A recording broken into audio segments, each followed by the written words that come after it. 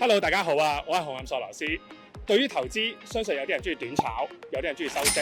唔知你又屬於邊一項呢？咁如果當市場波動嗰陣時咧，其實你會選擇係高風險 all in 啦，定係收息咧？收息。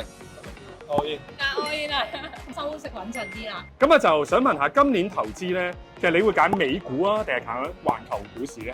其實應該揀翻環球啊，因為成個投資應該係要 balance 翻啲，唔應該淨係擺同一個市場度。美股，今年我玩美股多。你會做一個4厘保本定期啊，定係你會諗個8厘回報咧？咁如果有8厘就減8厘啦。但係8厘好啲，後生啲應該係揀進取啲嘢係啊。8厘回報吸引啲。你覺得點樣先至有8厘咧？係可能一次性咪有8厘咯。應該係有一啲基金係可以做到一啲嘅8厘嘅回報。頭先我哋一齊問咗咁多朋友，好多都有投資經驗喎。原來大家都想為資產增值。如果嚟緊市場波動，佢哋都會想避險，進取得嚟又想收息。想知我點睇？等我揾埋個專家朋友，下集再同大家分享。記得等我啊！